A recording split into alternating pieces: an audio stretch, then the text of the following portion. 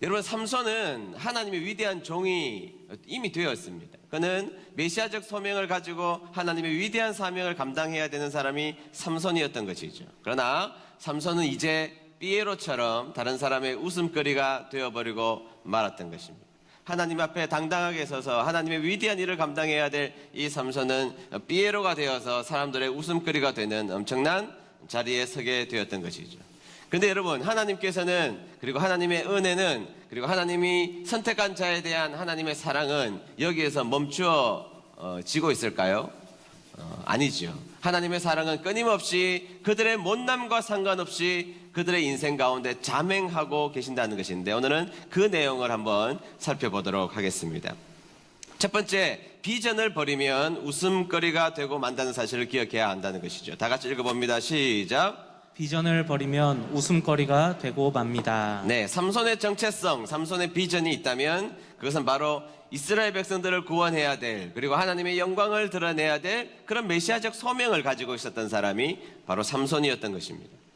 그런데 이 삼손은 그런 비전을 모두 다 잊어버리고 살았습니다. 거의 잊어버리고 살았습니다. 가끔씩은 번쩍번쩍 그런 일들을 잘 감당하게 됐지만, 그러나 그의 전 인생을 보면 그런 비전을 잊어버리고 산 사람이 삼손이었던 것이죠. 자, 그러자 그의 인생이 어떻게 되었나요? 21절 하반절입니다. 21절 하반절 보겠습니다.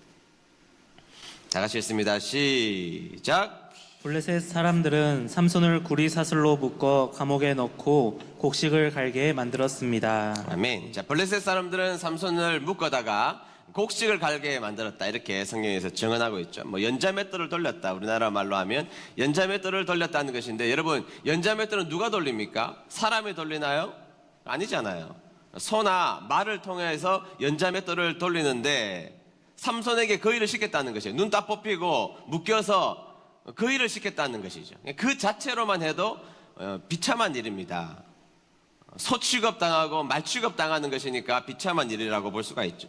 근데 여러분, 이스라엘 지도자가 그런 일을 하고 있는 그 자체가 이미 비참한데, 그런데 더 마음 아픈 것은, 여러분, 수많은 일들 가운데 왜 삼손에게 곡식을 가는 일을 시켰을까요?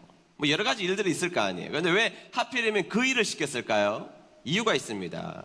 그 당시에 블레셋 사람들이 가장 숭배하던 신이 다곤 신이었거든요. 신 이름이 뭐라고요? 다시 한 번 더, 뭐라고요? 네, 다곤 신이었단 말이죠. 이 다곤 신은 곡식의 신이었습니다. 무슨 신이었다고요? 곡식의 신이었다는 거예요. 이 다곤을 잘 섬기면 곡식의 풍요로움이 자신들에게 이루어질 것이라고 생각했던 사람이 다곤이었다는 것이죠. 그 다곤 신을 그래서 섬기고 있었다는 것이죠.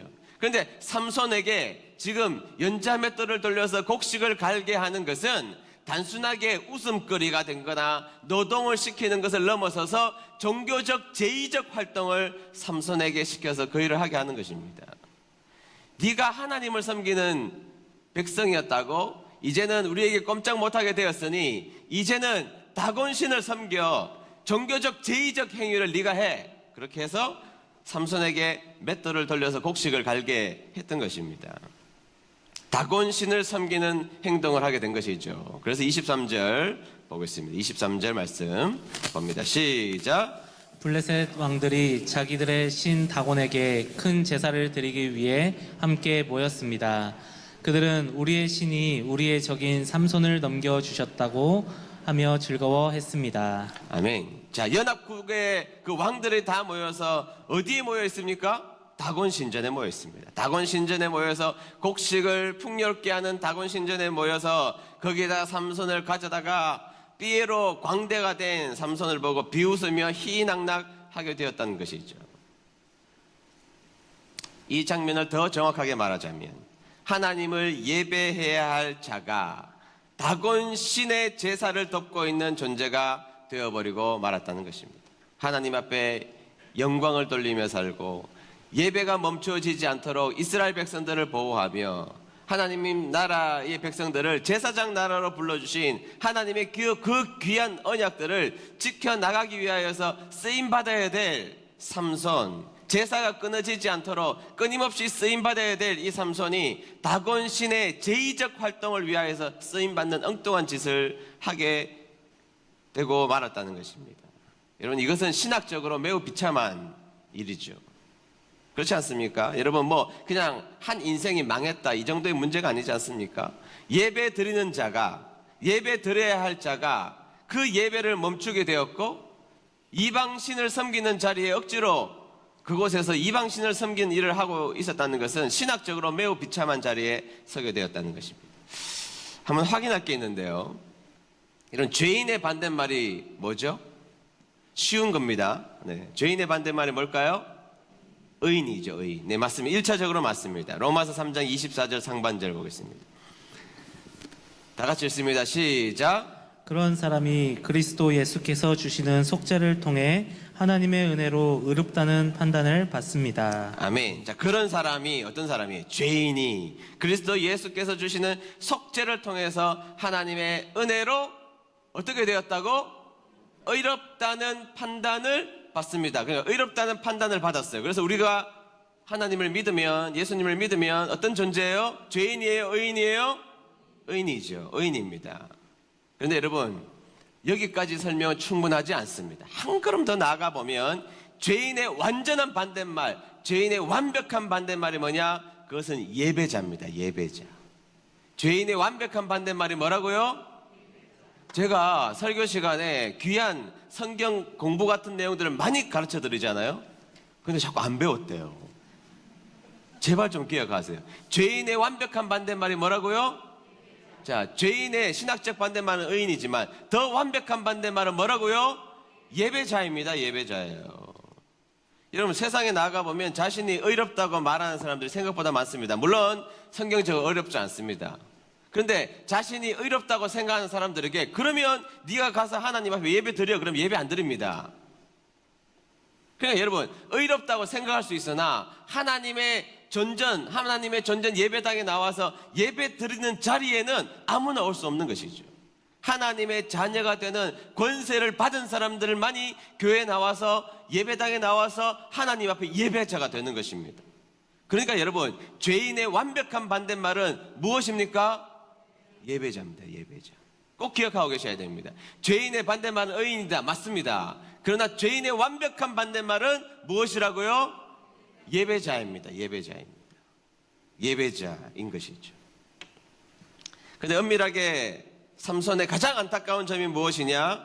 예배자로 부름받은 삼손, 자신의 공동체를 예배 드리도록 돕는 삼손, 하나님의 제사장 나라가 되기 위하여서 그들을 이방인들로부터 보호하여서 이 예배를 끊임없이 지켜야 되는 이 삼손이 하나님 앞에 범죄하고 마음대로 살고 그렇게 삶으로 말미암아 제사장 나라가 되겠다고 약속하신 그 약속을 깨뜨려 버리고 삼손은 예배자의 모습이 아니라 이방신의 예배자의 모습이 되어버리고 말았던 것이죠.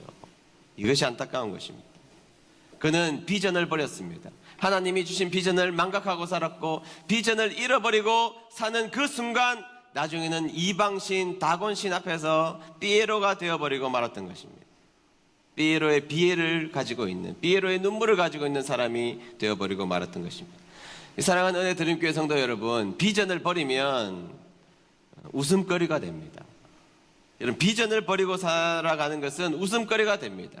여러분 하나님 앞에 예배 드리는 자로 우리가 예배자가 되었죠. 예배자가 되어서 중요하게 하는 일이 뭡니까? 하나님 바라보는 것입니다. 일주일 나의 삶을 되돌아보며 하나님을 바라보면서 내가 어떻게 살아가야 될지 나의 비전을 점검하고 내가 어느 길로 가야 될지를 예배를 통해서 확인한단 말이죠. 예배자는 시선을 하나님께 두는 것입니다. 하나님이 나를 어떻게 바라보실까? 하나님이 나를 통해서 하실 일이 무엇일까? 삼손은 그러나 비전을 버렸고 비전을 버리자 웃음거리가 되었고 예배자의 자리에서 엉뚱한 예배자의 자리, 예배 드려야 될 하나님을 바라봐야 될 자리에서 엉뚱한 자리로 가버리고 말았다는 것이죠. 하나님의 비전을 붙들고 살아가는 저와 여러분 되시기를 축복합니다. 자, 두 번째, 오늘은 두 번째가 중요합니다. 두 번째, 하나님의 은혜는 그의 못남 가운데서도 신비하고 신실하게 역사하신다는 것입니다. 다 같이 읽어봅니다. 시작. 하나님의 은혜는 그의 못남 가운데서도 신비하고 신실하게 역사하십니다. 네, 제가 하나님을 처음 접했을 때 성경을 이렇게 어릴 때부터 강제로 읽게 되잖아요. 네. 이제 믿는 집안에서 태어나서 아버지가 목사님이시고 하니까 성경을 많이 읽게 되었습니다. 뭐 그 당시에 또 교회 숙제도 성경 읽기가 숙제입니다. 그래서 뭐 성경 다 읽으면 성경 주겠다. 그게 뭐예요 도대체? 난 지금도 이해가 안 돼요. 성경 다 읽으면 성경을 선물로 줘요. 참 융통성이 없는 분들이세요. 융통성이 없는 분들. 우리 교회에서는 안 그러려고 제가 성경 다 읽어서 갔더니 선물로 성경을 받아왔는데 너무 허탈한 거예요. 그런 선물 안 줘야 되는데 다른 거 줘야지. 집에 성경이 우리 집에 얼마나 많은데. 근데 제가 어릴 때부터 성경을 보면 하나님이 무서웠습니다. 특히 구약을 많이 읽다가 보니까 구약이 재미있잖아요. 구약 읽다 보니까 하나님이 너무 무서웠어요. 진노하시는 하나님, 무서운 하나님, 두려운 하나님으로 느껴졌습니다. 그런데 제가 하나님을 알면 알수록 참 나중에 신학을 공부하면 알수록 또 목회자가 되어서 성경을 더 깊이 연구하면 연구할수록 이 하나님의 사랑이 놀랍구나. 때로는 하나님이 굉장히 무서운 하나님으로 비춰주실 때가 있지만 그러나 그 근본은 하나님이 진짜 사랑이 많으신 분이시고 그래서 사랑의 하나님이시구나. 제가 그걸 많이 느끼게 됩니다. 여러분 우리 하나님 두려우신 분이죠. 그러나 그 두려움 속에서도 저는 하나님이 우리를 향한 끊임없는 사랑을 두려움 속에서도 여전히 담고 계시는 분이 제가 믿는 하나님이라는 것을 깨닫게 됩니다. 여러분들도 믿으십니까? 네. 여러분 보세요. 그동안 삼손이 얼마나 나쁜 짓을 많이 했습니까? 이 나쁜 놈 같은 이라고. 하나님의 마음을 아프게 하고 하나님의 자존심을 땅바닥에 떨어뜨리고 지금 하는 꼬라지가 뭡니까? 이방신 앞에서 그런 짓이나 하고 있는 삼손 기가 막힌 인간이죠. 그러면 그냥 버리면 그만이 버리면. 세상에 사람이 한두 명입니까? 세상은 넓고 사람은 많습니다. 그냥 버려버리면 그만일 것 같은데 그런데 이 죄악 가운데 삼손을 버리시는 것이 아니라 그 상황 속에서도 하나님이 자명하셔서 그의 사랑이 나타나시더라는 거예요. 신비가 있더라는 거예요. 신비가 있더라. 여러분 제가 연구한 거 이거 정말 다른 교회에서 안 가르쳐 드리거든요. 우리 교인들한테만 가르쳐 드리고 다른 곳에서 배우지 못하는 건데 좀 알아주셨으면 좋겠어요. 또 안 배웠다는 이야기 하지 마시고 잘 들어보십시오. 여러분 들릴라가 150억에 눈이 멀어서 사랑을 버리죠. 그리고 끈질기게 물어봅니다. 17절 상반절 보겠습니다. 17절 상반절 다 같이 읽습니다. 시작. 결국 삼손은 들릴라에게 모든 것을 가르쳐 주었습니다. 삼손이 말했습니다. 나는 아직까지 내 머리를 깎은 적이 한 번도 없소. 나는 태어날 때부터 나시린으로 하나님께 바쳐진 사람이요. 네, 삼손이 하나님의 언약을 말하잖아요. 나시린으로서 하나님 앞에 바쳐진 사람이다.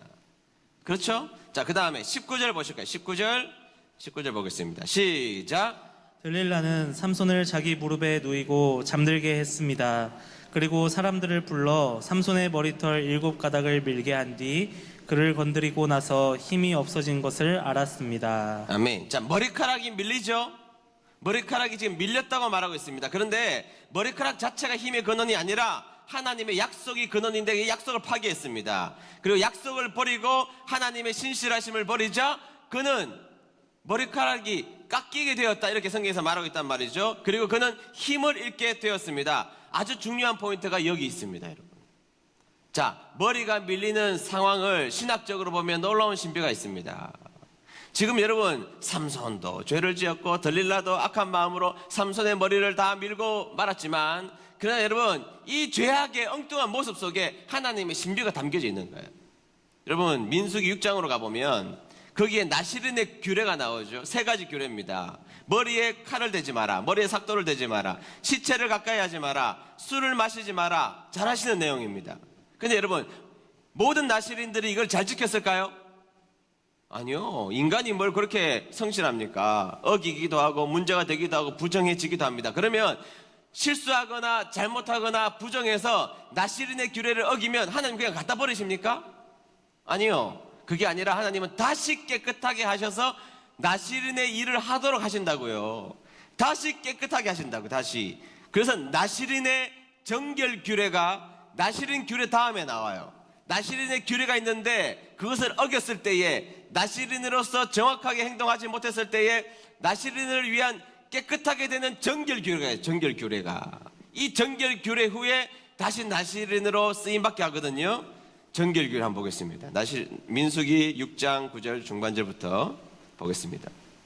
제가 읽겠습니다. 어쩔 수 없이 여호와께 헌신한 그의 머리털을 더럽혔다면 몸을 깨끗하게 하는 날인 7일 뒤에 머리를 모두 깎아라. 맨 마지막에 머리를 모두 어떻게 하라고요? 깎아라. 다시 한 번 더 보세요. 나실이니 머리에 삭도를 대지 말고 포도주를 마시지 말고 시체를 가까이 하지 말고 하나님 앞에 성실하게 살아야 됩니다. 그런데 정결 하나님 앞에 죄악을 저지르거나 부정해서 부정한 존재가 되었을 때 하나님은 그를 버리지 아니하시고 그를 다시 깨끗하게 하시는 방법 중에 중요한 방법이 뭐냐? 그의 머리털을 밀게 되어 있습니다.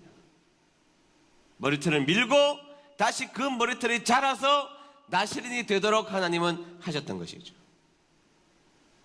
자, 그러면 지금 삼손이 들릴라의 품에서 머리털이 밀립니다. 그 자체가 발생한 것은 문제고 엉뚱한 짓이지만 그러나 내용으로 들여다보면 들릴라가 대신하여 실수 많고 허물 많은 삼손을 하나님의 방법대로, 그들은 몰랐지만 하나님의 방법대로 삼손을 정결하게 하는 정결 예식을 지금 자신들을 모르는 사이에 하고 있는 것입니다. 여러분, 나중에 성경에 보면 오늘 읽지 않았지만 그의 머리털이 다시 자라기 시작하더라. 정결 의식이 완벽하게 이루어졌음을 성경에서는 증언하는 장면입니다. 기억하셔야 돼요. 다시 말하면 죄악과 파멸과 망하는 중에서도 하나님은 삼손을 다시 깨끗하게 하시기 위해서 몸부림치셨고 그들도 모르는 사이에 죄악 속에 그들은 거하고 있었지만 그러나 정결 의식을 하나님은 자명하셔서 부지불식간에 하시고 삼손을 다시 한 번 더 일으켜 세우시기 위한 하나님의 놀라운 사랑의 신비가 이 속에 들어가 있더라는 거예요. 물론 블레셋과 들릴라는 삼손을 죽이려고 머리카락을 깎았습니다. 삼손은 머리카락이 힘인 줄 알고 비밀을 말해서 그 머리카락이 밀리고 있는 못난 모습의 모양을 띠고 있지만 하나님은 삼손이 망해가고 있는 그 순간에 다시 그를 일으켜 세우기 위하여서 그를 정결하게 하는 방법을 숨겨두시고 비밀스러운 일들을 하나님은 하고 계시더라는 거예요. 머리가 잘리는 순간 죄의 고통과 은혜의 신비가 동시에 이루어지고 있다는 것이죠. 어떨 때는 나의 못남과 나의 실수를 사용하시는 하나님이시죠. 그렇지 않아요? 여러분, 나의 고통을 사용하시는 분, 나의 실수를 사용하시는 분, 나의 못남을 사용하시는 분입니다. 심지어는 나의 죄악된 모습 가운데서 주님의 놀라운 은혜를 보여주시는 분 하나님이세요. 그래서 여러분, 지금 이 삼손의 모습을 그대로 담아놓은 성경 구절을 하나 찾으라면 로마서 5장 20절입니다. 로마서 5장 20절 하반절 제가 읽겠습니다. 그러나 죄가 많아진 곳에 하나님의 은혜가 더욱 넘치게 되었습니다. 무슨 말 같지도 않은 이야기야 이게. 죄가 많아진 곳에 하나님의 은혜가 더 넘친다고요? 이거 우리 이해를 하지 못했습니다. 그러나 지금 삼손 이야기 속에 우리는 이 진리를 발견하게 됩니다. 삼손은 죄가 많았습니다. 많은 죄 가운데 있었습니다. 죄 때문에 무너질 수밖에 없었습니다. 그러나 죄가 많아진 곳에 하나님의 은혜가 멈추지 않고 하나님의 은혜가 넘치게 되는 작업들을 하나님이 끊임없이 하고 계시더라는 거예요. 이 하나님의 신비로움입니다. 여러분, 인간사도 보면 극과 극이 통한다 그러죠. 극과 극이 통한다.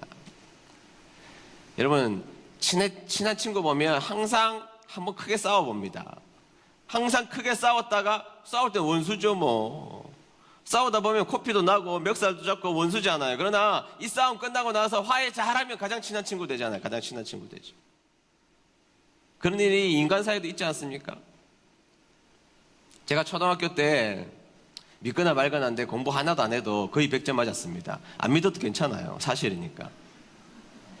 중학교에 올라갔는데 초등학교 때처럼 공부 안 해도 당연히 우리 때는 공부 그렇게 안 했습니다. 공부 안 해도 당연히 그 정도 점수는 맞을 것이라고 생각하고 첫 번째 중간고사를 보고 저는 엄청난 충격을 받았습니다. 제가 어디 가서 아무한테도 이야기 안 하는데 우리 교인이니까 좀 비밀로 해주십시오. 첫 중간고사 수학 점수를 지금도 기억합니다. 56점.